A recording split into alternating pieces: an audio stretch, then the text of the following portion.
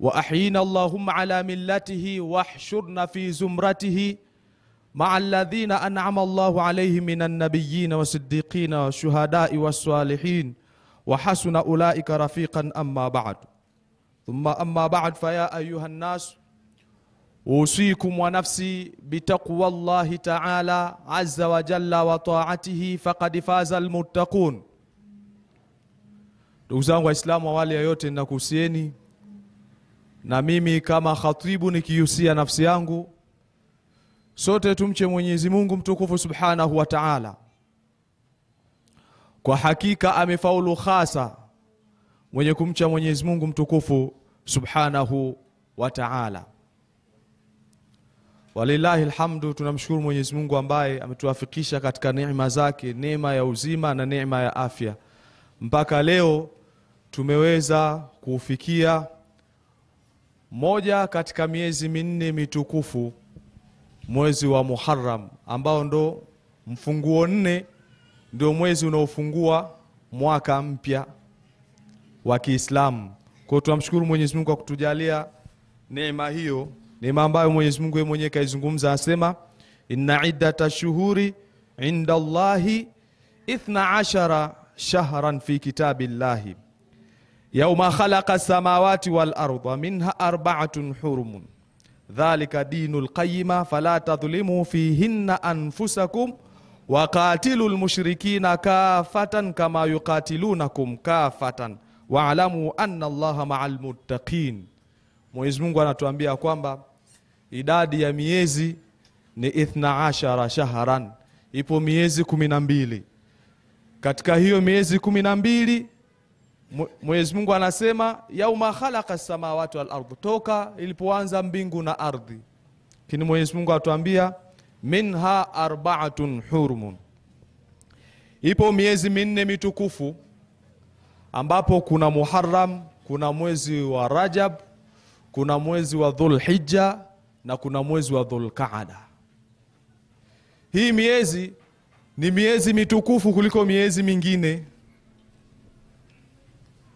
Sasa sisi Mwenyezi Mungu atuafikisha, tumeufikia mwezi wa Muharram, mfungo 4. Sasa ndio mwezi unaofungua mwaka mpya wa Kiislamu.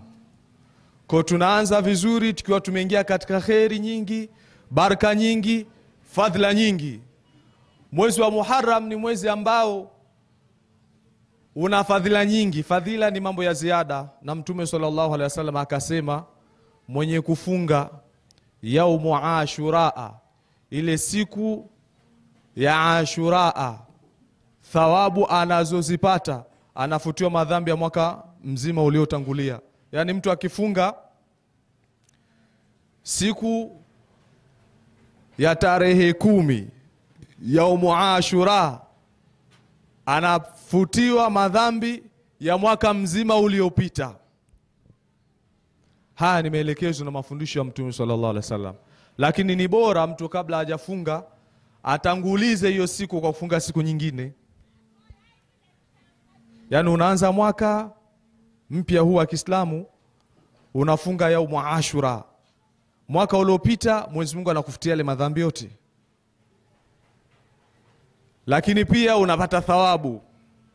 Kama umeanza mwaka vizuri, kienda mbele kidogo, mtu anafunga masiku meupe, unafunga na sunna zako za siku ya Jumatatu na Alhamisi, ni thawabu nyingi kweli kweli. Kwa itakuwa ni ajabu kwa yule mtu ambaye hakupupia khairi zinazopatikana katika haya masiku ya yaumu Ashura. Ni masiku matukufu kweli kweli. Mtu atakana kama kuswali, mtu aswali sana. Mtu akiacha kuswali kipindi kimoja, basi anaandikwa jina lake katika mlango wa moto. Malaika wanamwangalia mpaka subhi imepita hujaswali, unaandikwa. Lakini ukiwa ni mtu swalihina 5 salawat, jina lako linaandikwa katika mlango wa pepo. Na moto tuusikie leo, lau kama Mwenyezi Mungu mtukufu ikitokea muujiza likatolewa kaa moja la moto likaletwa hapa Igoma hapa, basi Igoma itateketea, hataonekana mtu wala kitu chochote kwa kaa moja. Sasa na mtu akinywa kinywaji cha peponi akiwa yuko hai, na haiwezekani. Sasa kwa utamu wake mtu akitumia kinywaji cha peponi, Mtume kazungumza, anasema alienda Mtume sallallahu alaihi wasallam safari yake ya Miraji, akaona pepo, akaona moto. Mtume akasema fiha ma la ainu ra'at, kuna mambo ambayo macho hayajapata kuona, wala udhunun sami'at, wala sikio halijapata kusikia. Sasa vipi mtu akinywa kile kinywaji cha peponi? Basi atakufa hapo hapo, kwa sababu mtu hawezi kunywa kinywaji hicho mpaka akiwa akhera. Sharti kwanza afe, na atakunywaje mtu akiwa yuko mzima? Hawezi kubakia. Hivyo sasa, ittaqullaha, muogopeni Mungu, tumuogope wote Mwenyezi Mungu. Wattaqun nara, na tuogope moto ambao allati waquduha an-nasu wal hijara, moto wa motoni kuni zake ni watu na mawe. Ndo moto wa motoni, ni hatari kweli kweli. Wewe tusikie kwa mbali hivyo hivyo. Kwa katika mambo ambayo ya kufanywa katika masiku haya matukufu ni mtu kukithirisha kuswali, kudumu katika ibada, kukithirisha kuleta adhkari mbalimbali, ikiwemo kuleta tahlili, wingi wa kusema la ilaha illa Allah. La ilaha illa Allah ni maneno mazito, na tahlili ikhlasu yake ni mtu kuchunga sikiuke wala kuipituka miko na mipaka ya kisheria, ndio ikhlasu ya tahlili. Kukithirisha kwa wingi kumswalia Mtume sallallahu alaihi wasallam. Mtu akimswalia Mtume kwa wingi, kwa namna yoyote ile anayoweza, basi kwa swala ya Mtume mtu anafutiwa madhambi. Na ushahidi wa hadithi, Mtume anasema akthiru minas salati alayya, niswalieni sana kwa wingi, nitakieni sana rehma kwa wingi, kumtakia rehma Mtume sallallahu alaihi wasallam. Fa inna salatikum alayya maghfiratun lidhunubikum, kwa sababu kuna kitu kipo mnachokipata kwa kumswalia tu Mtume Muhammad, Mwenyezi Mungu anakufutieni madhambi yenu. Watlibu li darajata wal wasila, Mtume akasema tafutani vyeo kwa kumtakia rehma, kwa kumswalia, kwa kumtukuza Mtume Muhammad. Mtu anapanda cheo, anapata daraja kubwa mbele ya Mungu. Fa inna wasilati inda rabbi, mtu anasema tafuteni vyeo wal wasila, na mtafute njia. Kama tafuta cheni, unga cheni kwa Mtume sallallahu alaihi wasallam, sababu Mtume anasema fa inna wasilati inda rabbi shafa'atun lakum, mtu akishikamana na njia yangu mimi siku ya kiyama, basi ninayo nafasi ya kumuombea dua. Kuna mtu ambaye hataki dua ya Mtume, na hiyo siku ya kiyama ni siku hatari. Rawi ibn Asakir anil Hasan ibn Ali. Ni katika haya masiku ni mtu kukithirisha kwa wingi kumswalia Mtume. Wakati wa utawala wa Sayyidina Umar ibn al-Khattab radhiyallahu anhu, khalifa wa pili, basi yupo mtu katawazishwa na kapewa kiapo cha utii. Sayyidina Umar ibn al-Khattab alimfuata Amirul Mu'minin, akamwambia ya Amirul Mu'minin, la tansa Sayyidina Muhammad ibn Abdullah sallallahu alaihi wasallam, usimsahau Mtume Muhammad, usiusahau utajo, utangao na heshima Mtume Muhammad sallallahu alaihi wasallam. Nani anaweza akamfuata mtawala kumkumbusha? Na hata ukienda kumkumbusha, wengine wanakasirika, unanifundisha kazi mimi? Yani umeenda kumkumbusha. Sasa mtu ukaenda akamfuata Sayyidina Umar, akamwambia wewe sasa hivi ndo Amirul Mu'minin, sasa bana chonde huyu bwana huyu anaitwa Mtume Muhammad, usije ukamwacha. La, Sayyidina Umar ibn al-Khattab akamtazama, akapata kitu.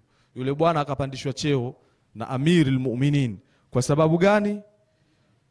Kwa kuangalia heshima, utajo, thamani ya Mtume, akapewa mahala. Wewe utaenda kuwa kiongozi sehemu fulani. Yule bwana akaenda kule kawa kiongozi, kwa sababu huyu mtu anachunga heshima ya Nabii Muhammad sallallahu alaihi wasallam. Pakatoka agizo kutoka kwa Amirul Mu'minin kwamba katika mji wote watakana waorodheshwe mafukara, masikini, watu wasiojiweza, watu wenye hali ngumu, watu wenye hali duni. Pakaorodheshwa majina yameletwa kwa Amirul Mu'minin, mafukara, watu duni wasiojiweza, limeletwa na jina la yule kiongozi kwamba ni katika marofa, masikini, watu wenye hali ngumu wasiojiweza. Amirul Mu'minin anapitia, sasa huyu si kiongozi wangu sehemu fulani. Paka tolewa gifti kupelekea watu wasiojiweza, masikini, mafukara, ikamfikia mpaka yule kiongozi ambaye alipandishwa cheo kwa kulinda uthamani wa Mtume Muhammad sallallahu alaihi wasallam. Hali ya kuwa mtume hayupo, tayari kaisha fariki. Sasa utaona maajabu. Gifti zote alizozipata, ni fakiri, ni muhitajia, zote naye akazigawa. Nani ana ucha Mungu mkubwa kiasi hicho? Kwamba wewe una uhitaji, umeletewa gifti, afikisha gifti hiyo ukaitoa. Lakini alipenda cheo kwa sababu ya kulinda na kuchunga heshima ya Mtume sallallahu alaihi wasallam. Kwa mtu kwa kukithirisha kumtaja Mtume, kumswalia Mtume sallallahu alaihi wasallam, anapata daraja kubwa mbele ya Mungu.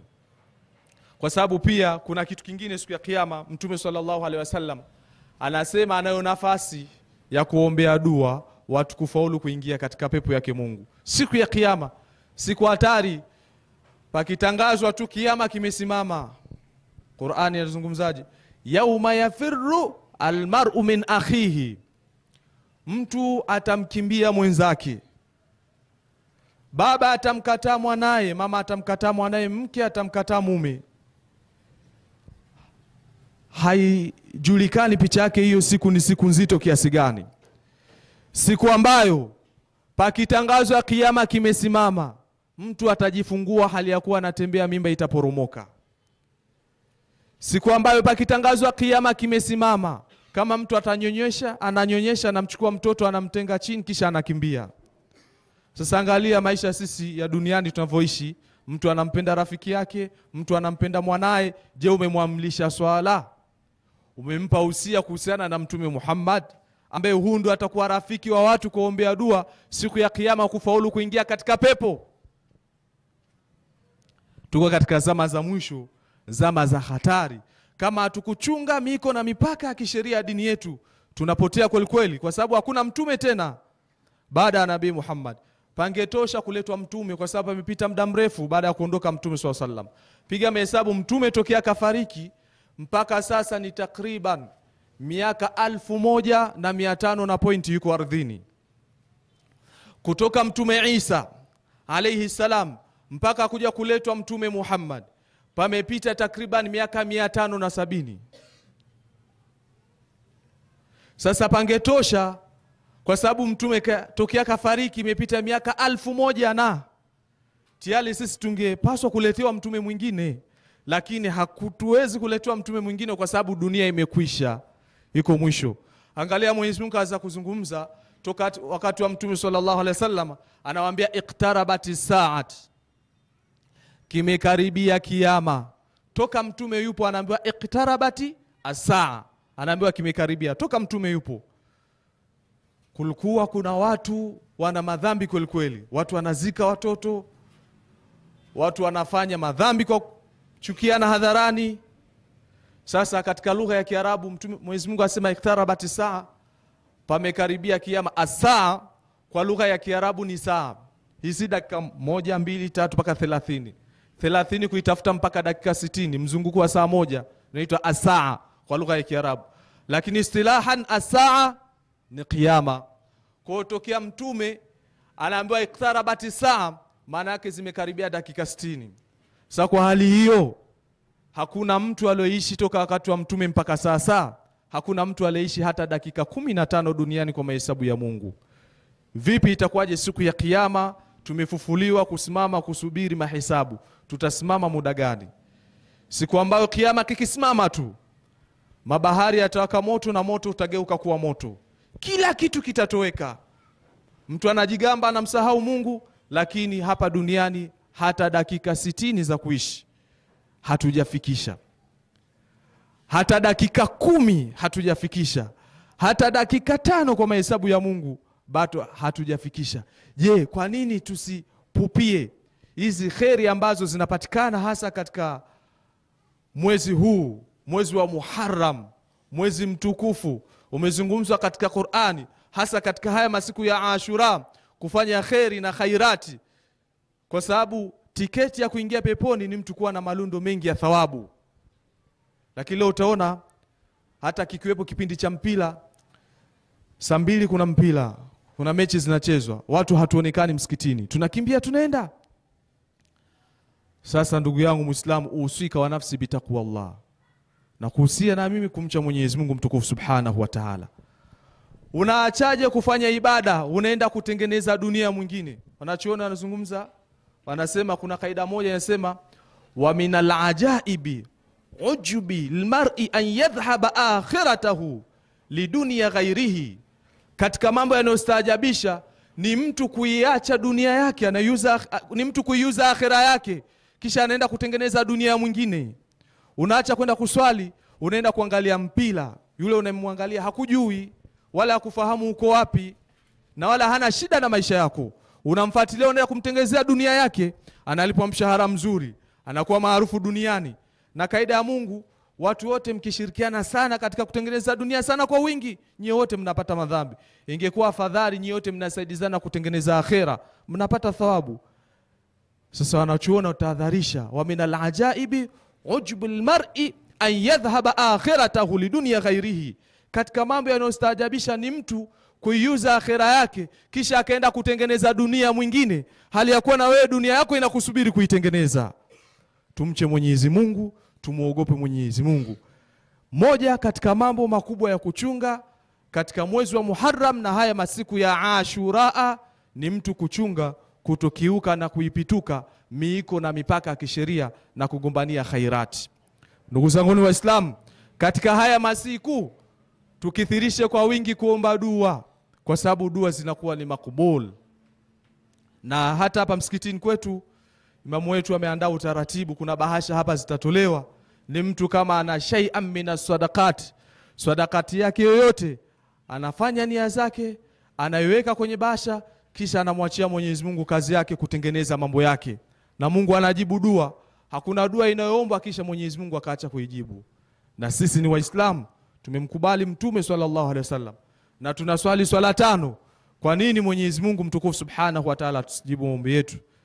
Na tuhudhurie katika dua ambayo imeandaliwa siku ya Jumapili, kwa sababu haya masiku ni miongoni mwa siku ambayo Mwenyezi Mungu alimvusha Mtume Musa alayhi salam. Fallahu tabaraka wa ta'ala yaqul wa biqawlihi hatadil muhtadun fa idha qara'ta alquran fasta'idh billahi minash shaitanir rajim. A'udhu billahi minash shaitanir rajim. Bismillahir rahmanir rahim. Inna iddatash shuhuri 'inda Allahi 12 shahran fi kitabillahi yawma khalaqas samawati wal ard minha 4 hurum dhalika ad-dinul qayyim fala tadhlimu fihinna anfusakum wa qatilul mushrikina kaffat kama yuqatilunakum kaffatan wa'lamu anna Allaha ma'al muttaqin. Barakallahu li wa lakum bil Qur'anil azim wa nafani wa iyyakum bima fihi min al ayati wadh-dhikril hakim. واستغفرullah العظيم لي ولكم ولسائر المسلمين فاستغفروه إنه هو الغفور الرحيم وهو البر الكريم.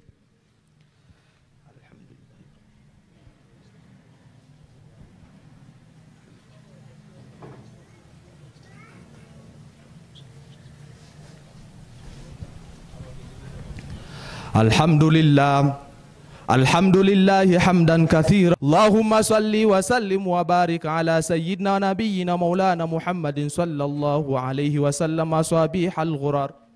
عباد الله اتقوا الله تعالى من سماع اللغو وفضول الخبر جنه وإنسه، فقال تعالى مخبرا وآمرا إن الله وملائكته يصلون على النبي يا أيها الذين آمنوا صلوا عليه وسلموا تسليما.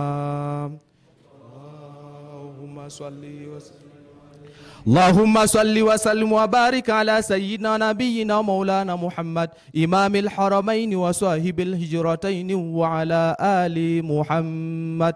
فيا أيها الراجون منه شفاعة صلوا عليه وسلموا تسليما. اللهم صل وسلم اللهم صل وسلم وبارك على سيدنا نبينا ومولانا محمد نور القلب وقرة العين وعلى آل محمد.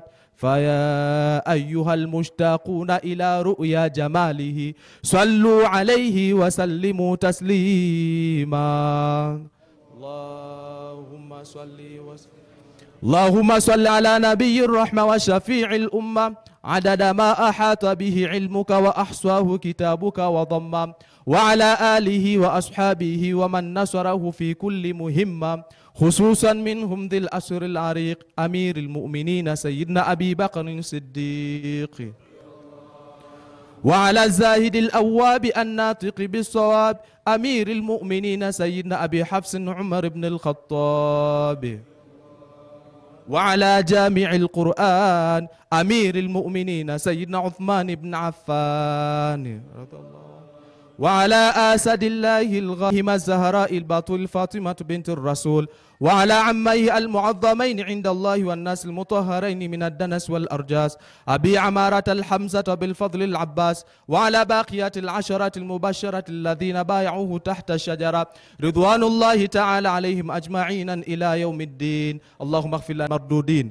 عباد الله، إن الله يأمر بالعدل والإحسان وإيتاء ذي القربى وينهى عن الفحشاء والمنكر والبغي يعظكم لعلكم تذكرون. فاذكروا الله العظيم الجليل اذكركم واشكروه على نعمه يزدكم ولذكر الله أكبر والله يعلم ما تصنعون. الحمد لله على تمام والكمال. وأقم الصلاة إن الصلاة كانت على المؤمنين كتابا موقوتا. الله أكبر الله أكبر. أشهد أن لا إله إلا الله، أشهد أن محمدا رسول الله.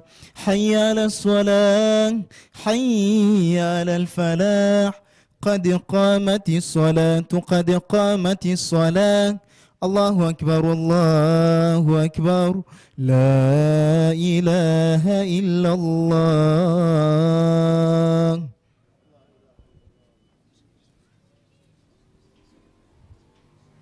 Safifu sufufakum fa inna tasiyata sufufakum min tamami salah. Tupange safu zetu zinyoke vizuri, kwani kunyoka kwa safu zetu ndio kukubalika ibada yetu mbele ya Allah subhanahu wa ta'ala.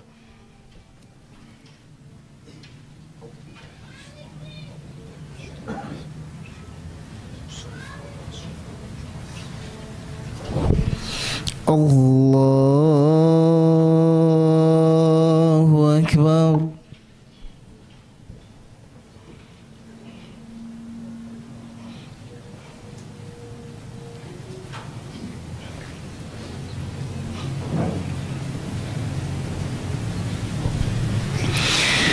بسم الله الرحمن الرحيم.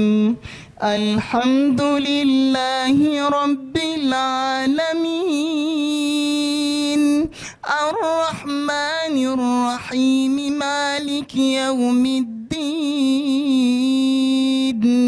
إياك نعبد وإياك نستعين. اهدنا الصراط المستقيم، صراط الذين أنعمت عليهم غير المغضوب عليهم ولا الضالين.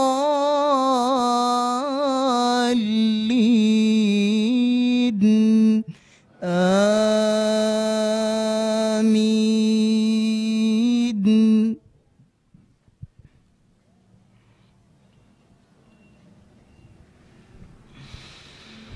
إن في خلق السماوات والأرض واختلاف الليل والنهار لآيات لأولي الألباب، لأولي الألباب الذين يذكرون الله قياما وقعودا وعلى جنوبهم ويتفكرون ويتفكرون في خلق السماوات والأرض ربنا ما خلقت هذا باطلا سبحانك فقنا عذاب النار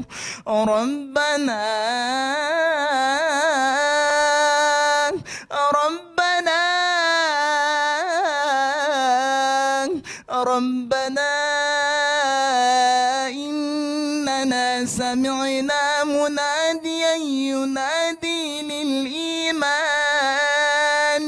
للإيمان أن آمنوا بربكم فآمنا ربنا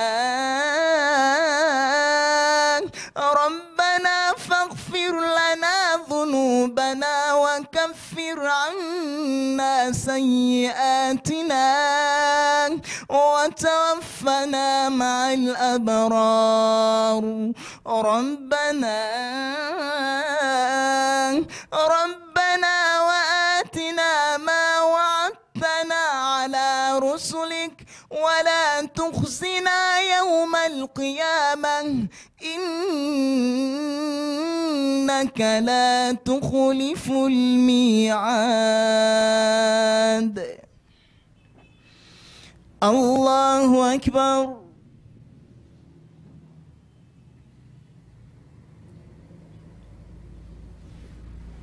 سمع الله لمن حمده.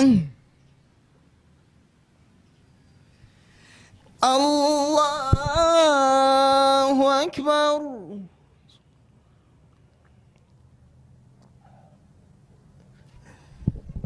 الله أكبر.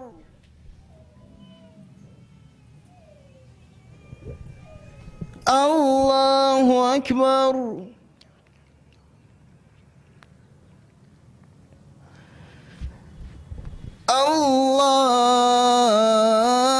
الله أكبر. بسم الله الرحمن الرحيم. الحمد لله رب العالمين الرحمن الرحيم مالك يوم الدين إياك نعبد وإياك نستعين اهدنا الصراط المستقيم صراط الذين أنعمت عليهم غير المغضوب عليهم ولا الضالين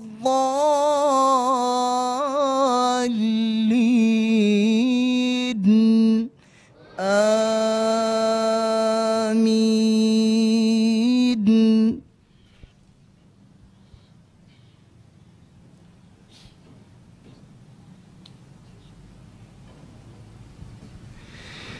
بسم الله الرحمن الرحيم. سبح اسم ربك الأعلى الذي خلق فسوى والذي أخرج المرعى فجعله غثاء أحوى سنقرئك فلا تنسى إلا ما شاء الله إنه يعلم الجهر وما يخفى ونيسرك لليسرى فذكر إن نفعت الذكرى سيذكر من يخشى ويتجنبها الأشقى الذي يصلى النار الكبرى ثم لا يموت فيها ولا يحيا قد أفلح من تزكى وذكر اسم ربه فصلى بل تؤثرون الحياة الدنيا والآخرة خير وأبقى إن هذا لفي صحف الأولى صحف إبراهيم وموسى. الله أكبر.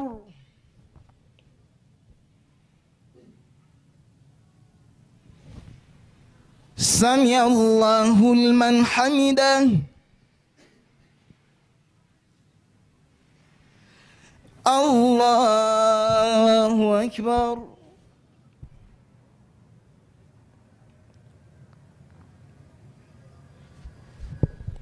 الله أكبر.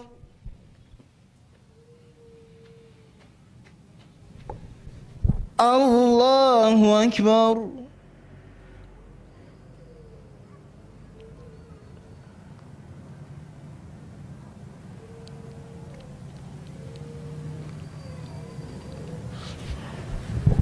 الله أكبر.